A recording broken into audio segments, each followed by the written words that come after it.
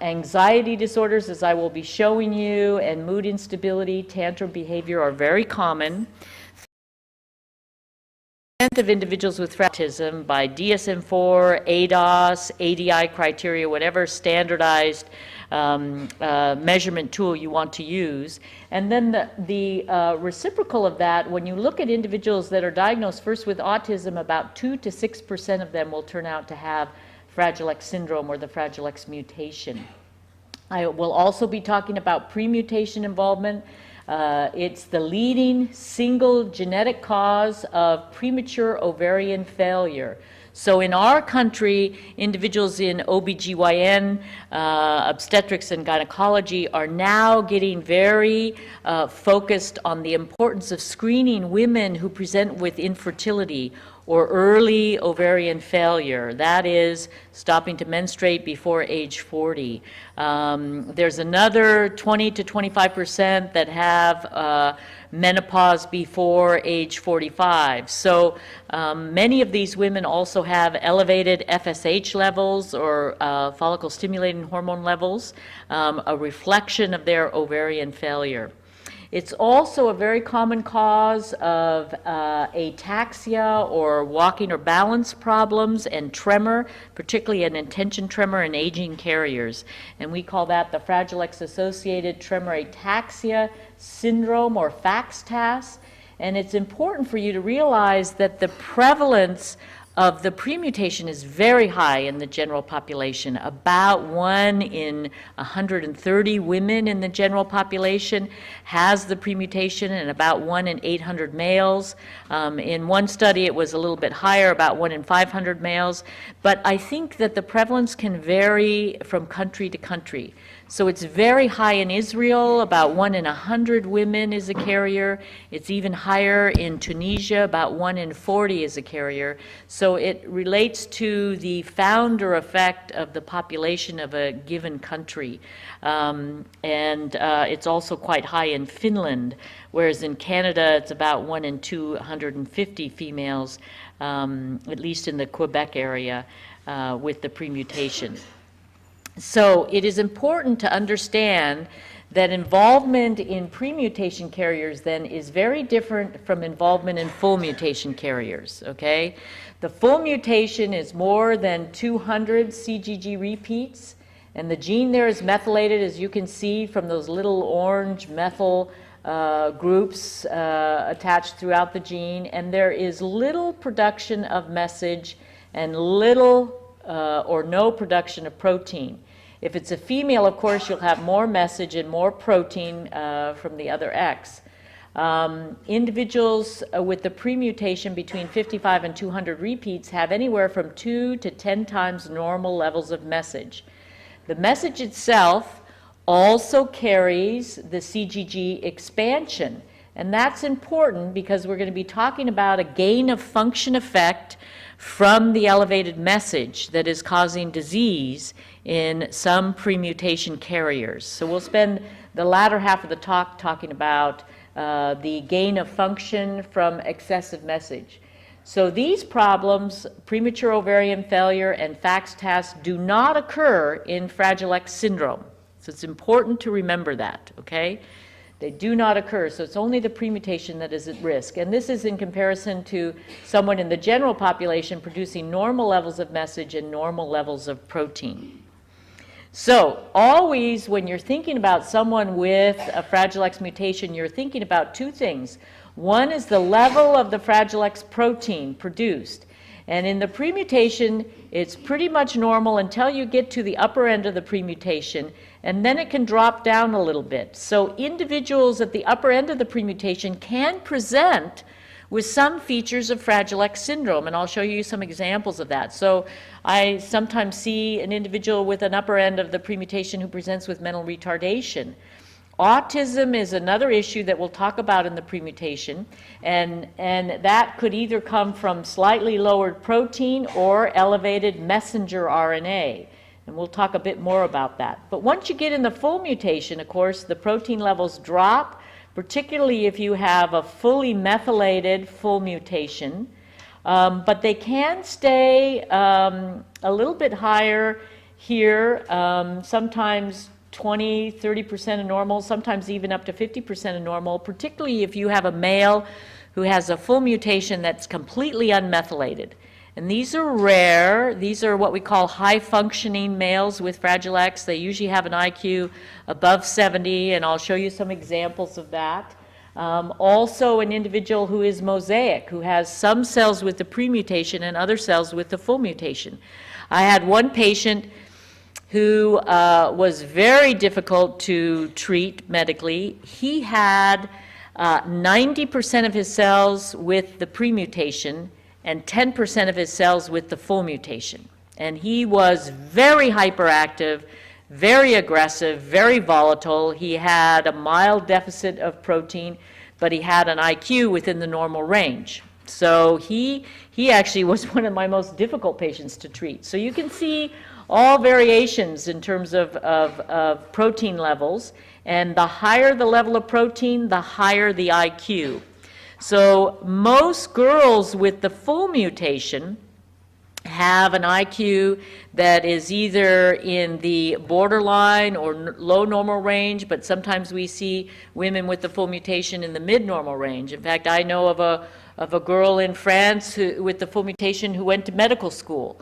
So not everybody with the full mutation has features of Fragile X syndrome, but if the IQ is in the normal range, sometimes you just see anxiety or mood instability. So the variability in the girls is quite remarkable.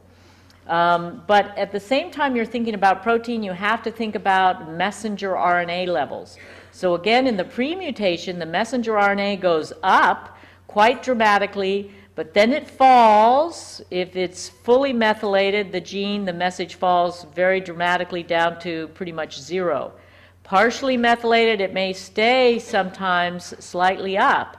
And unmethylated, there are some individuals with the full mutation who are completely unmethylated who have elevated levels of message. Now, theoretically, they could be at risk for some pre-mutation involvement because they have elevated message like FAXTAS. We haven't seen a case with that yet, but in general, I think it's important to think about elevated message as mainly individuals with the pre-mutation.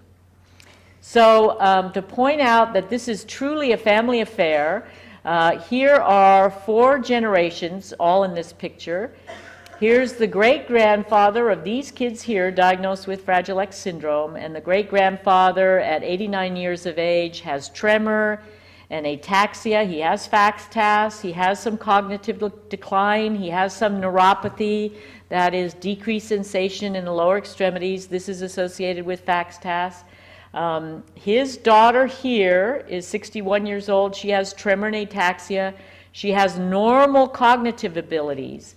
And many women with FAXTAS do well cognitively. They don't have the same cognitive decline that is seen very commonly in the males. It's not to say that dementia or cognitive decline doesn't occur in the rare females who have FAXTAS, but it's much less common. Premature ovarian failure was a problem for her too. Her daughter here is 38 years old. She also has already had premature ovarian failure, but she has more psychological problems with anxiety. She also has some problems with numbness and tingling or neuropathy symptoms in her lower extremities. And she also has muscle pain and, in fact, was eventually diagnosed with fibromyalgia. And we'll talk about how that may be associated with some individuals with the pre-mutation. And then she has 2 children here, the boy with Fragile X and autism, and the daughter here with the full mutation, but only mild cognitive deficits for her.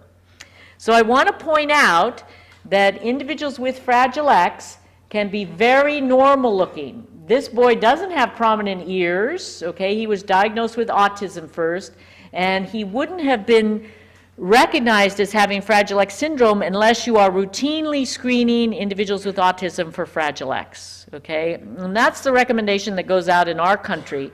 Now, some of the difficulties here, as we talked about yesterday, in India, is there's such a massive number of individuals with autism that financially it's difficult. But we have new screening methodology that will hopefully make it easier to screen more individuals with autism for Fragile X. So here are two brothers, okay? This one has Fragile X syndrome. Again, he's pretty normal looking still. His mother's absolutely beautiful.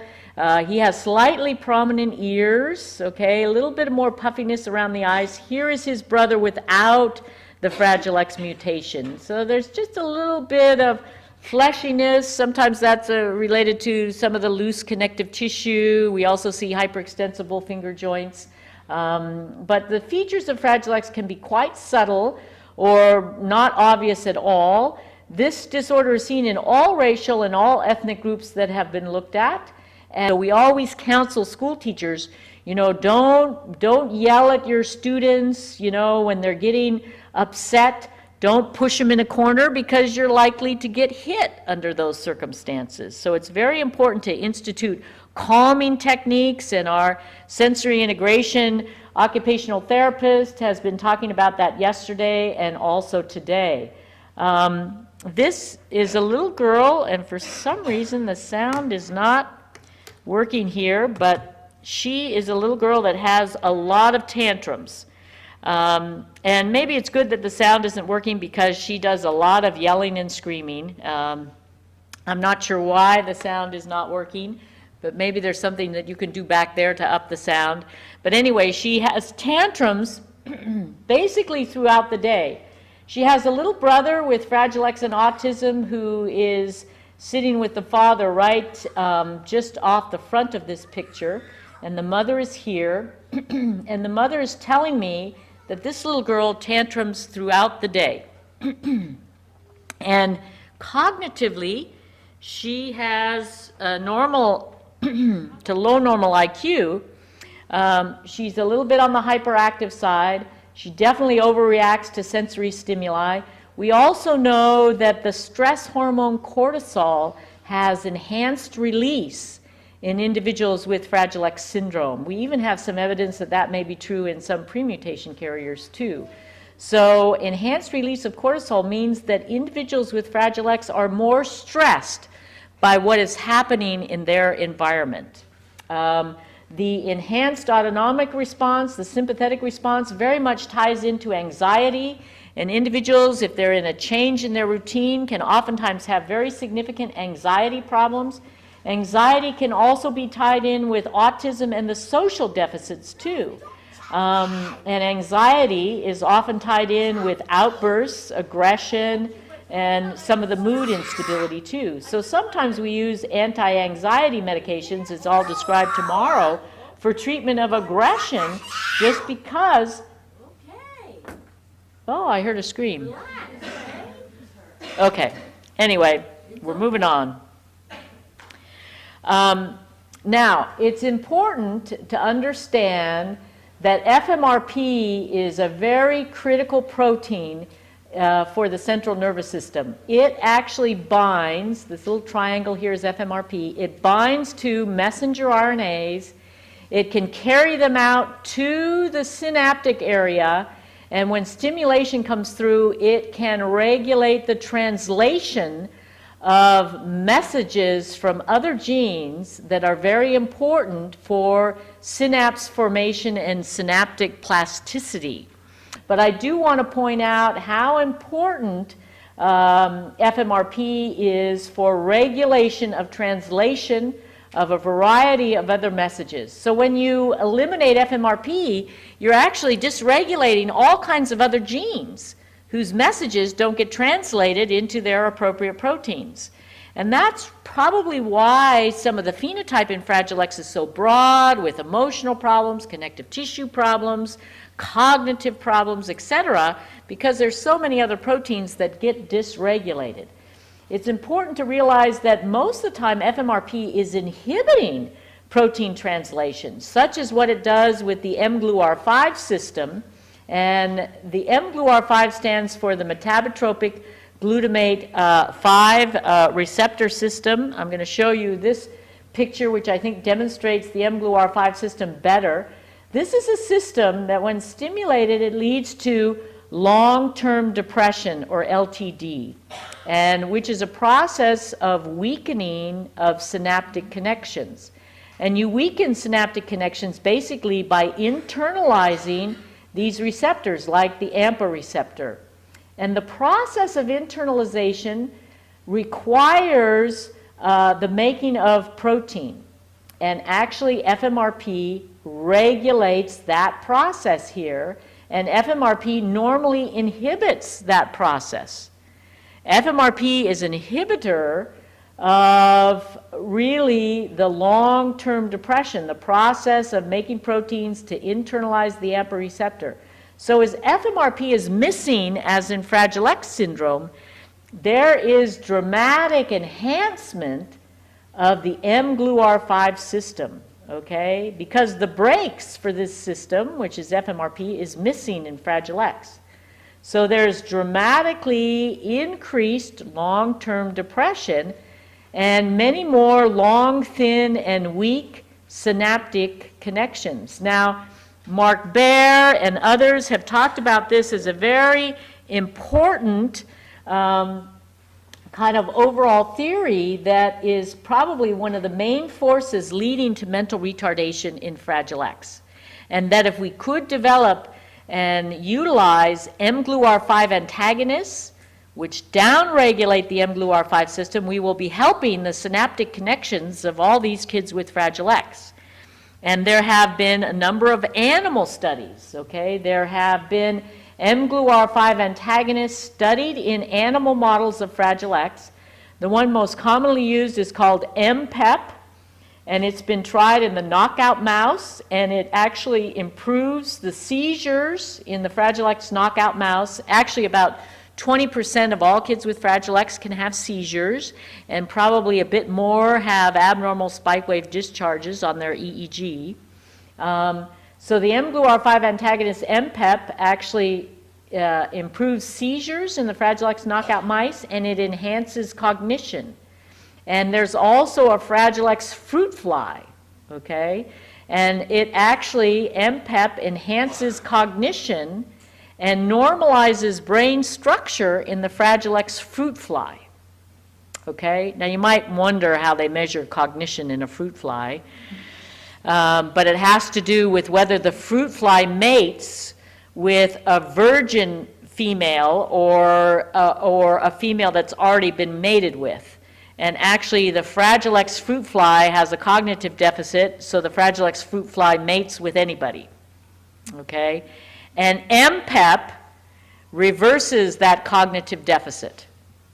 And of course, when this was published in, I think, 2005, Time Magazine picked it up, and it made Fragile X sound like a very sexy disorder of individuals that would mate with anybody, but actually just the opposite is true. You know, most individuals with Fragile X are not, you know, males with Fragile X are not having sex with anybody. It's rare that they actually mate. But anyway, if they do mate, the full mutation actually goes to a premutation in the sperm, and they only pass on when a Fragile X male does have children. He passes on only the premutation to all of his daughters, just like a carrier male with Fragile X passes only the premutation. So the sperm is able to actually reverse the mutation.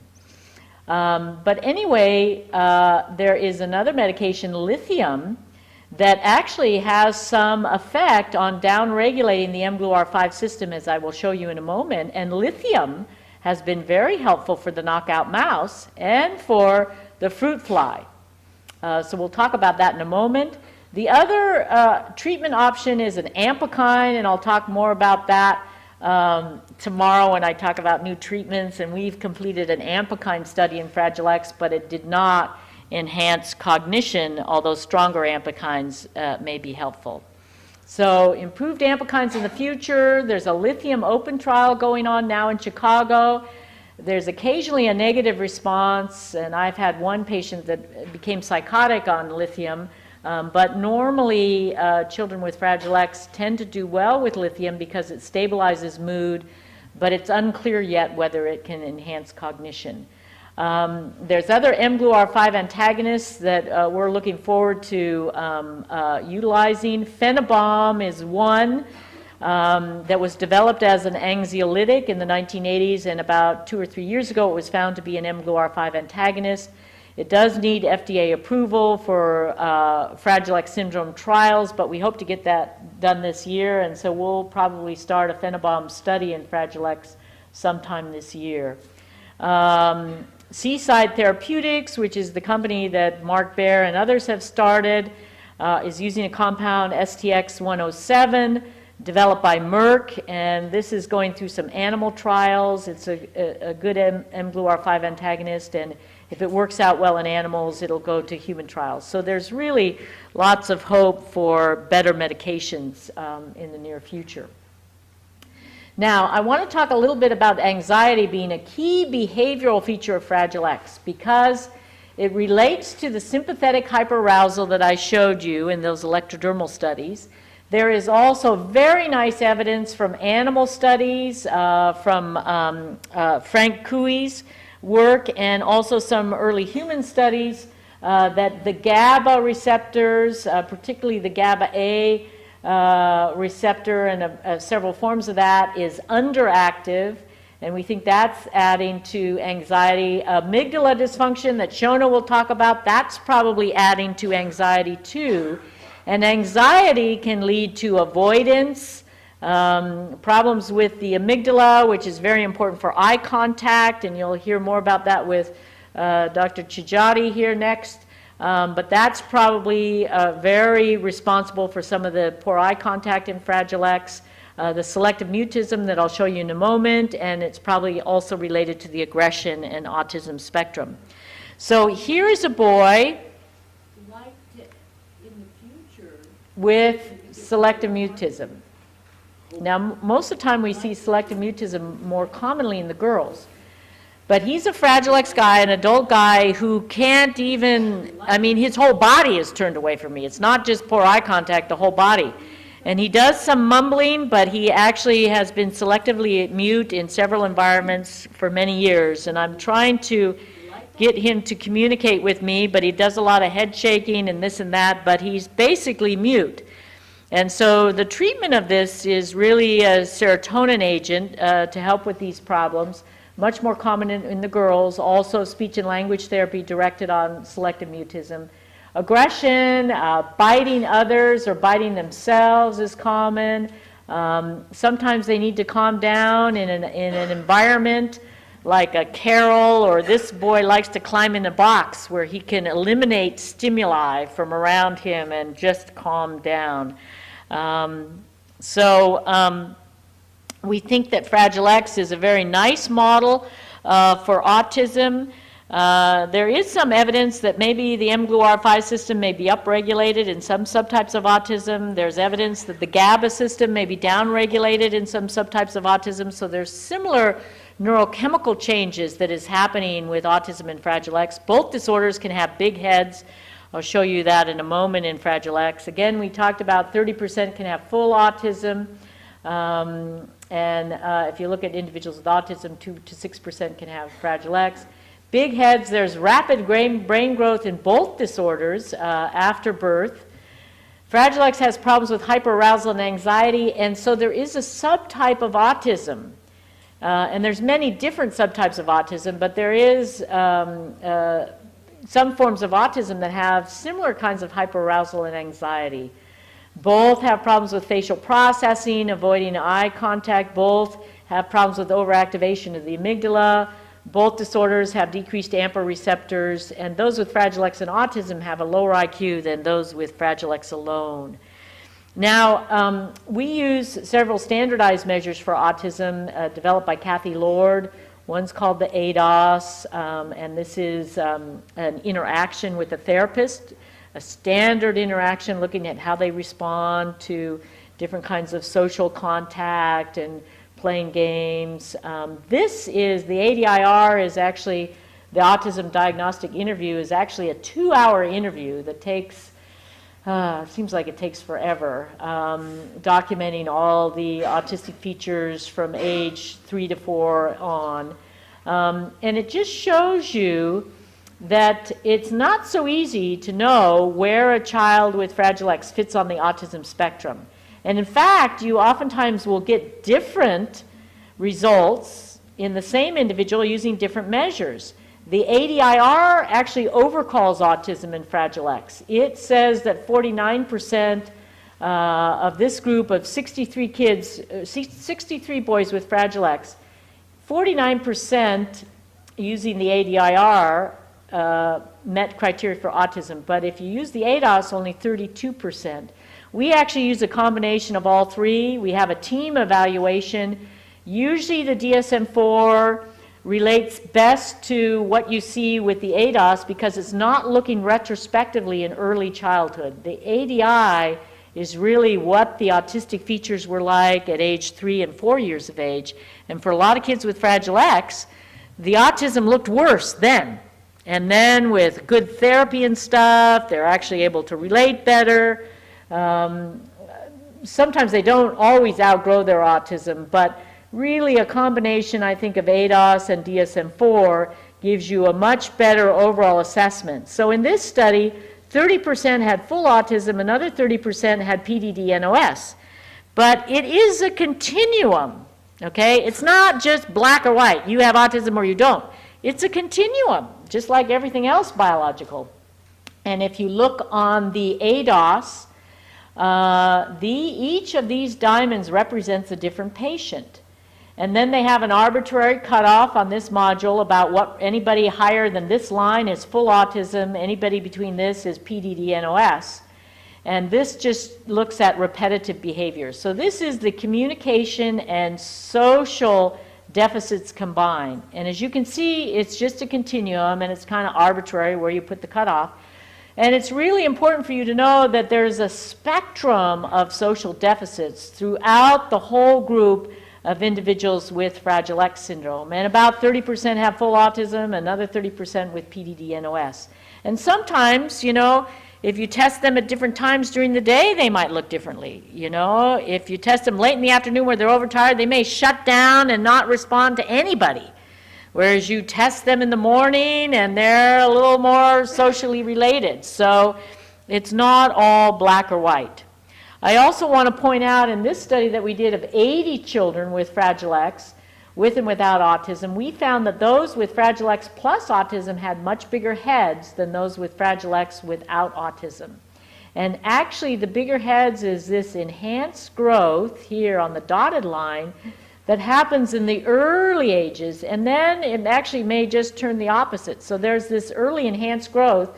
So many of these babies that present like in a newborn follow-up clinic with a big head and a prominent forehead and developmental delays, these are ones you want to test for Fragile X, okay? Because sometimes they may get an early diagnosis of autism, but sometimes if you test them for Fragile X, you can pick up these kids very early. Now, I showed this video yesterday, and I'm going to show it again today because I want everybody to see this kid was diagnosed with autism. He doesn't have prominent ears. He doesn't have any features that are really typical of Fragile X. He's not relating to me at all. He's just totally disinterested in this book. He's playing with his thing. As we move over to the chair, he's about 8 years old here. He doesn't have any joint attention. And this boy is a more typical kind of autism that we see with Fragile X in that very reactive. He hates this exam. His mom's sitting out in front. He's not relating to me at all, but he actually is pointing to his mom, and then he's doing some little hand mannerisms to his mom, but he's actually smiling. So you see a little more social interaction. He meets autism criteria on the ADOS, ADI, DSM-4, whatever standardized measures you throw at him. He meets it, okay? But his prognosis, I think, is better than this boy's because at one point in time in my exam, I was able to get a fleeting smile from him as he was showing me where he lost a tooth, okay? And so he, I think, is actually a little bit better socially related. And he has the more reactive type of of autism that we see in Fragile X. This is a little study we did looking at those with Fragile X alone and how many had different kinds of medical problems as diagnosed here, and those with Fragile X plus autism. 28% of Fragile X with autism had seizures, whereas only 12% of Fragile X without autism had seizures. And the ones that had the worst seizures, and where they were ongoing seizures, particularly from early childhood, are much more likely to have autism too. And overall, having an additional medical problem, whether it's a genetic abnormality, an MRI abnormality, seizures, or any other additional medical diagnosis that could affect central nervous system development, you're much more likely to have autism. This is kind of important because we're actually thinking about doing a longitudinal study of young kids with Fragile X. If we treat them very early, particularly if they have an EEG abnormality with an anticonvulsant like Keppra or Depakote, would they be much more likely to not have autism on some of the long-term follow-up. That data is there for autism. Doris Trauner, one of the neurologists at UC San Diego, has shown in the longitudinal follow-up of young children, if you treat EEG abnormalities early on and consistently, the autism is much better on long-term follow-up. And I think the same may be true for Fragile X, so we may be doing some additional studies. And so we were very excited when the cytoplasmic interacting FMR1 protein, this is a protein that kind of is a sidekick to FMRP. When this was found to come from the 15q deletion region, okay, of the Prader-Willi syndrome region. And we're also very interested because we're always looking for second genetic hits that could predispose someone to autism. And the Prader-Willi phenotype in Fragile X doesn't occur all that commonly, but about 70% have autism spectrum disorders. So it's much more common. Let me show you, here is where CFIP is. It's between breakpoint 1 and 2 from the 15q region. Now, Fragile X patients with the Prader-Willi phenotype don't have any deletion here or methylation here, but we were very interested in what the CFIP expression was when we found out that this came from the 15q region. And this is data from Dr. Flora Tassoni, who couldn't be here. She tried to come from Italy, but the Indian embassy in Italy, because she was in Rome for Christmas, would not give her a visa to come to this conference. So in Rome, the Indian embassy is very, very careful about who comes to India, so it's too bad that she was not able to come. But what she found is that 11 males that we have with the Prader-Willi phenotype had a very low expression of CFIP, much lower than regular Fragile X syndrome and very much lower also than normals. And it's interesting that regular Fragile X syndrome had actually enhanced expression for this gene compared to normals. But all of those with the Prader-Willi phenotype had lower expression. This was very significant. It's coming out in a paper in the next month or two in Journal of Developmental and Behavioral Pediatrics. The first author is one of our fellows, Dr. Steve Nowicki. CFIP is kind of important because it interacts with RAC1 GTPase, and this is very important for neurite outgrowth and regulation of synaptic connectivity, okay? So genes that interfere with synaptic connectivity, we'll talk tomorrow a little bit about X-linked MR genes that are important for synaptic connectivity, and they are often associated when they're mutated with the autism phenotype, okay? And so it's very interesting to know that downregulation of this gene on top of Fragile X syndrome can cause, more likely to cause autism. So I think we're beginning to piece apart why you see so much autism when you see Fragile X syndrome. I think the lack of FMRP leads to upregulation of multiple genes that have a negative impact on synaptic plasticity, on the balance of inhibitory and stimulatory systems like glutamate and GABA systems, and can also lead to disruptions in interconnectivity in the central nervous system. All of these themes are themes that are really important for other forms of autism genetically. So I want to show you some contrasts here. This is an adult male with Fragile X who has really, really bad autism. And we have tried everything to help him. He is so tactilely defensive, he cannot tolerate any clothes. He cannot go outside. He has aggressive outbursts on a regular basis. He just likes to stay in this part of the room, surrounded by the things that he likes, okay? And he just stays here all the time, okay? And I have tried, believe me, I have tried just about every medication possible with him, and he's had all kinds of therapy and all kinds of interventions. So he has really bad Fragile X syndrome and really bad autism. And here is one of my most favorite patients, a great high-functioning guy with Fragile X syndrome who is able to talk to me about how he handles all of the taunting that he gets at school, okay? He has an IQ in the low normal to borderline range, so he's high functioning, he's very verbal, and he is a wonderful, wonderful soul. He is actually a little bit on the effeminate side, and actually about 20% or more of our Fragile X patients can often have dramatically effeminate behavior. And he's so high functioning that he is beginning to understand what that means in terms of his, sexuality. And he's beginning to come to terms now with a therapist that he is probably gay, okay? And he gets teased a lot at school because he's learning disabled and he's gay, and he is able to articulate so well how he handles the taunting. We could all learn from him. I mean, he's such a great soul. So he has very special talents, a wonderful, wonderful young man. So there's been a lot of research also by other groups looking at carriers without FACS-TAS, but with the premutation. And here a study by Moore of adult male carriers. There were deficits in several domains of memory and executive function compared to age-matched controls. Kim Cornish has talked about deficits in social cognition, also obsessive-compulsive behavior, and deficits in inhibitory control and ADHD-like symptoms.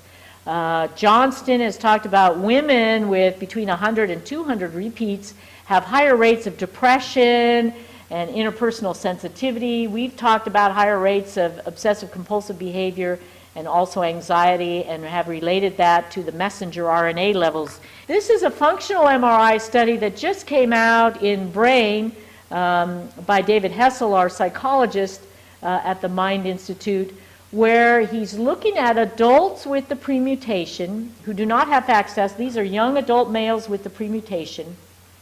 And he's looking at how the amygdala, which is an area of the brain that you're going to hear a lot more about from Shona Chijati in a moment, but how the amygdala responds to social stimuli, particularly viewing fearful faces. And what we see in the control group without the premutation is the amygdala does light up normally, but actually in the premutation males, the amygdala does not light up normally, although the amygdala does light up with other kinds of stimuli.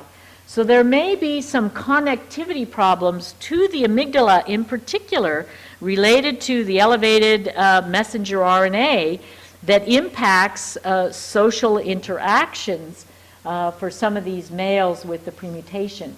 Now, what we do know in the males that we've studied with FACS-TAS, and also males and females pre-FACS-TAS, is that verbal comprehension can be significantly higher than controls. This is a study that we did with Danuta Loesch in Australia. In the males that we've seen with FACS-TAS, 45% have a master's degree or higher education. Now, I used to think just smart people who are well educated come to see me. Okay, because a lot of people do come a long distance to see us in California and Colorado. But actually, even in Australia, we do see this predisposition for higher functioning, particularly educationally. And I think what's happening is if you're very smart verbally and you're kind of driven, you know, maybe some ADHD, but it doesn't interfere with your schooling, and you're a little on the obsessive compulsive side, that you get higher education. Okay, you either go to medical school or you get a PhD. There's a lot of people that work in the lab with a premutation, okay? And in fact, I do know to be a molecular biologist, you have to be a little bit on the OCD side to really make it in this competitive environment, okay? So I think the subtle behavioral phenotype can lead to significant enhancement of cognition, or at least education. But we see unbelievable numbers of individuals with superior IQs. So the Fragile X-associated tremor ataxia syndrome has intention tremor ataxia, Parkinsonian features, cognitive deficits, usually begins with memory problems and executive function deficits by the time they have tremor and ataxia. The performance IQ will go down first, of course, because the tremor interferes with IQ testing, but there's some real cognitive deficits that we also see. We also see autonomic dysfunction. We sometimes can see periodic hypotension, like when they stand up and get dizzy. Hypertension is common. We eventually can see urine and bowel incontinence, but impotence is a very early feature, often even before tremor and ataxia. Disinhibition is common, anxiety and mood lability, outburst behavior, depression, reclusive behavior. And in fact, we very much want to treat depression aggressively because it can lead to further cognitive decline and dementia. A peripheral neuropathy with decreased reflexes and decreased sensation in the lower extremities occurs in the majority. And then you can see global brain atrophy and white matter disease, particularly involving the middle cerebellar peduncles. And these are these regions here. These are fibers going through the pons into the cerebellum. And this is the MCP sign when it gets whitish like this. You can see brain atrophy here. There's usually kind of a flattening of the pons. Sometimes we can see these hyperintensity, white matter hyperintensities reflected in the pons too. Eventually the corpus callosum can become thinner, and of course the ventricles are dilated. Claudia Greco discovered inclusions. This is the first male patient that we found that died from FACS-TAS, and he died just before we moved from Colorado to University of California, Davis. So the family donated his brain, and we found Claudia Greco, who looked into his brain and said, oh my gosh, there are inclusions that are ubiquitin positive, but synuclein and tau negative. So they're unlike other inclusions associated with other disorders. They are seen in astrocytes and in neurons throughout the brain. They have their highest incidence of inclusions in the hippocampus. They're also seen in the anterior and posterior pituitary and in the hypothalamus. And the second highest number was in the amygdala. Okay? So there's lots of inclusions in the amygdala. We developed criteria for the diagnosis of FACS-TAS. We have major criteria, that is the MRI of having this middle cerebellar peduncle sign, and the clinical criteria are, of course, tremor and ataxia. These are secondary features. So we have diagnostic criteria for definite, probable, and possible. This was first published in 2003 by our fellow then, Sébastien Jacquemont. And all of these papers related to FACS-TAS can be downloaded from the National Fragile X Foundation website at fragilex.org, www.fragilex.org. Just click on tremor and ataxia. So now, I think this is important for you to see this tremor. It's not really like a pill-rolling tremor of Parkinson's disease, and it's usually not there at rest. He's trying to draw this circle there, a spiral, and he was trying to use the other hand to control him. This gentleman has a PhD in education. He presented first, initially, with only handwriting problems, And he presented in the late 1990s with only subtle handwriting problems. And he has now had more progression to a little bit more ataxia.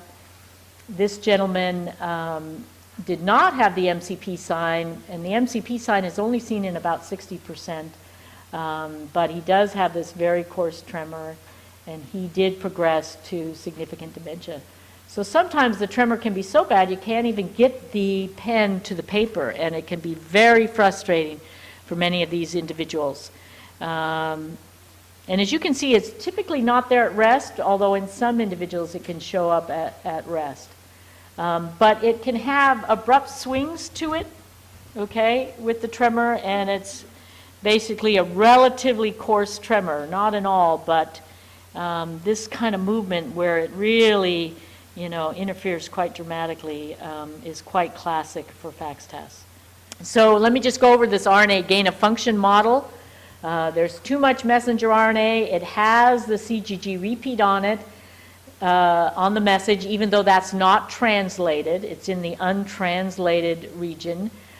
It forms a hairpin structure which is sticky, and we have evidence that other proteins bind to this structure, including lamin AC, myelin basic protein, HNRNPA2, which is a very important protein for axonal function, and also muscle-blind protein, which is a protein that is also tied up in the RNA toxicity associated with myotonic dystrophy. And this is a protein that actually splices the insulin receptor. So we're quite interested in whether we get a higher rate of diabetes in some of our FACS-TAS patients. Also alpha-B crystalline and ubiquitin, and these tie up along with the elevated message, and they all are part of the inclusion. Dr. Jeremy Kraft is going to talk in a little more detail about this tomorrow. I want to point out there are other disorders that have an RNA gain of function. Laura Random and others have published quite extensively on this in the last couple of years. Of course, a myotonic dystrophy, which has two repeat sequences and two different genes associated with this. And muscle blind is also in common and bound in common with both of these disorders. But there's also several spinocerebellar ataxias that are associated with this too, and it's usually in a non-translating region that is part of the RNA. I want to point out that some individuals who eventually get diagnosed with FACS-TAS, like this gentleman, sometimes can be diagnosed first with a neuropathy, and this gentleman was diagnosed with Charcot-Marie tooth disease. And he is a grandfather of these two boys with Fragile X syndrome. And we were very interested in lamin AC. Jeremy is going to talk a little bit more about that tomorrow, but normally lamin AC causes a ring structure in the nucleus, and if you put the premutation into, if you transfect it into a neuron, what you see is the lamin AC gets dramatically dysregulated right away. So we think the lamin AC is leading to the neuropathy and maybe to some of the neuronal early cell death, and Jeremy will talk about that a little bit more tomorrow. Normally, lamin AC, if it's mutated, it creates one form of Charcot-Marie tooth disease for all of you neurologists out there. But we think that FACS-TAS can represent a functional laminopathy. Okay, it's not a direct mutation in lamin AC, but it's a dysregulation of lamin AC related to this RNA gain of function. Now, we looked at 56 patients who had, with FACS-TAS who had 98 prior diagnoses. Most of these were seen just by general neurologists, not by movement disorder specialists, and at least 24% were diagnosed with Parkinson's disease, another 20% with tremor, ataxia, some get diagnosed with dementia, some get diagnosed with like cardiovascular problems or stroke, miscellaneous. So all of these were diagnoses that were created before we knew about FACS-TAS. So that's why we're pushing neurologists to study these individuals that may have another diagnosis, but could have the premutation. So how common is FAXTAS? In our California study, we found in male carriers that were unselected, 17% of male carriers in their 50s had tremor and ataxia, 38% in their 60s, 47% in their 70s, 75% in their 80s. And some may be stable for decades, and others may have a more rapid progression. So now we're interested in what we see in females, because FAXTAS is relatively rare in females. But in about 3 out of just over 100 premutation females, they've been diagnosed with MS. And so you look at the white matter disease, and it doesn't look too much different from FAXTAS.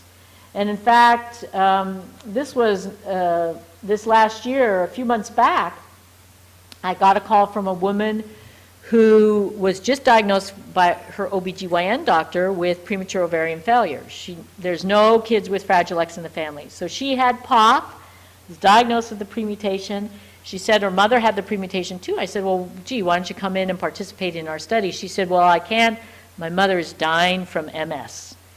And so she did die, indeed, a week later from MS, which she had had for many years. And in the study of her brain, she had classical lesions of MS in addition to classical lesions of FAXTAS. Okay, so she had both MS and FAXTAS together. So now we're thinking, well, gee, sometimes the white matter disease can be misdiagnosed with MS and it's really FAXTAS, but sometimes maybe they could have both. And 3 out of about 100 is too many women with MS compared to the general population numbers. So we think we have to screen more MS populations to see how many really have the premutation. And we're just trying to think about what could be the association between MS and autoimmune disease. Now, when we look at other women with the premutation, here are 4 sisters, for example. These 2 women here have FAXTAS. They have tremor and ataxia, no cognitive deficits, but clearly tremor and ataxia. Their younger sisters have intermittent tremor and ataxia. But this one here has lupus and has had a rash on her hands from lupus, and we do see other types of autoimmune disease. We actually see thyroid disease in just over 20% of individuals with the pre. This is out of 137. And actually, in women with FAXTAS, and in this group there were 18 with FAXTAS, 50% of them had hypothyroidism. So there definitely seems to be an increased immune dysregulation related to thyroid disease. Lupus was in 2.2% of the pre's, none of the controls. Fibromyalgia actually was in 10% of the pre's, 9% of controls. What I forgot to mention is in the women diagnosed with FAXTAS, 50% were also diagnosed with fibromyalgia. And extremity pain and myositis pain is actually really common. We first thought that muscle pain was mainly related to a neuropathy pain problem. And we actually see muscle pain in about 32% of premutation carriers, only 13% of controls. Numbness and tingling, of course, can be in almost 30%. So we can see subtle signs of neuropathy in a significant number of premutation carriers. This optic neuritis is actually, I think, related to an MS spectrum disorder. So I think there is some evidence that there may be more autoimmune disease in women with the premutation. We don't see that in males with the premutation. We don't see fibromyalgia in males. We see muscle pain in females. So we're in the midst of really trying to understand this, but I think we need to think about a FAXTAS complex. Tremor and ataxia are the key features, but by complex I mean there are other symptoms that are probably related to neurological dysfunction. So hypertension was actually significantly different in our females with FAXTAS than in controls. And we see similar problems in males. The neuropathy is definitely part of FAXTAS. Limb pain, be it either painful neuropathy, which by the way does get better with gabapentin, or a fibromyalgia-like picture, which is maybe more autoimmune, is a possibility. Psychological problems are clearly part of FAXTAS, but may be part of what we see in premutation carriers even before FAXTAS. Disinhibition. The impotence may be tied in with some hormonal problems. I think the hyperthyroidism and testosterone deficiency may be related to direct neuronal toxicity and even Leydig toxicity, but it could be related to CNS dysfunction. We don't think that POF is part of the FAXTAS complex, because when we look at women with FAXTAS, they actually have a lower incidence of POF than women without FAXTAS. So we think that that could be a direct RNA toxicity at the ovum itself, creating POF, and may not be related to the hormonal dysfunction in the CNS. But I think there needs to be a lot more research going on. I just wanted to show this plateauing of POF. This is data from Sullivan et al. Published this last year. The incidence, the prevalence of POF correlates with the CGG repeat number. So if you have 80 to 99 repeats, you basically have the highest incidence of POF, close to 20%. And then there seems to be a plateauing after 100. We haven't seen that with other neurological involvement, but maybe we just need to look harder. It's important for OBGYN doctors to know about this, because when you look at sporadic premature ovarian failure that shows up in an OBGYN office, anywhere from 1 to 7.5% have the premutation. If it's familial premature ovarian failure, it's 4 to 17% have the premutation. Women with 59 to 79 repeats have menopause 2.5 years earlier than non-carriers. Women with over 80 repeats have menopause 4 years earlier than those with the lower number of repeats. And FSH is higher throughout the cycle in premutation carriers compared to normals. So these are women who don't have POF, but they're still cycling. And this is the Welt et al. Paper from 2004. FSH levels are clearly higher in these women who are still cycling compared to normals. So there is some hormonal dysregulation, whether this is reflective of, impending ovarian failure or not, or related to endocrine abnormalities, related to anterior, posterior pituitary abnormalities and hypothalamic abnormalities, we don't know. So who to test with Fragile X DNA testing? Of course, any child or adult with mental retardation or autism spectrum of unknown etiology, children with borderline IQ or learning disabilities or ADHD with some features of Fragile X. So we don't recommend testing everybody who's learning disabled or ADHD. But if they have some features of Fragile X, either behavioral or physical features, then I would. Women with reproductive or fertility problems with elevated FSH should always be tested for the premutation. Because what happens is their premutation is not diagnosed. They go through very expensive in vitro fertilization and end up with a child with Fragile X syndrome. So they should hear about this before they spend $20,000 to $40,000 on some of this in vitro fertilization. Those with onset of tremor or cerebellar ataxia of unknown origin, particularly cerebellar ataxia, and Jeremy's going to go over some of this. There is a disorder called multiple system atrophy. Those that have the cerebellar type, they apparently have a fairly high rate of premutation. And Parkinsonism with normal dopamine studies, and Jeremy's going to go over the Parkinsonism data. High-risk screening, I think, now this is my opinion, but I think anxiety disorders with social phobia and selective mutism should be tested for the Fragile X mutation, pre or full. Neurological populations beyond ataxia, I think we have to test multiple sclerosis. I want to know how many women with multiple sclerosis or an MS-like picture really have the premutation. Normal pressure hydrocephalus, very frequently misdiagnosed when it's really FAXTAS, and they get unnecessary surgery for shunting. So anybody with normal pressure hydrocephalus should be tested for the pre. Individuals with neuropathy, and we see so many premutation carriers who are in and out of pain clinics in our country because of the neuropathy pain, which is an understated problem with FAXTAS, or even before FAXTAS, but a real significant problem for many. And so population screening, prenatal screening through OBGYN offices, and newborn screening. Jeremy will talk about a new methodology. How much time am I just about done? Or?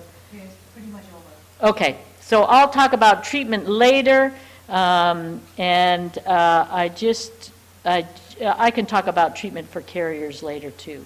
And then I'm just ending with the Fragile X Foundation contact information. Thank you very much. And thanking our collaborators.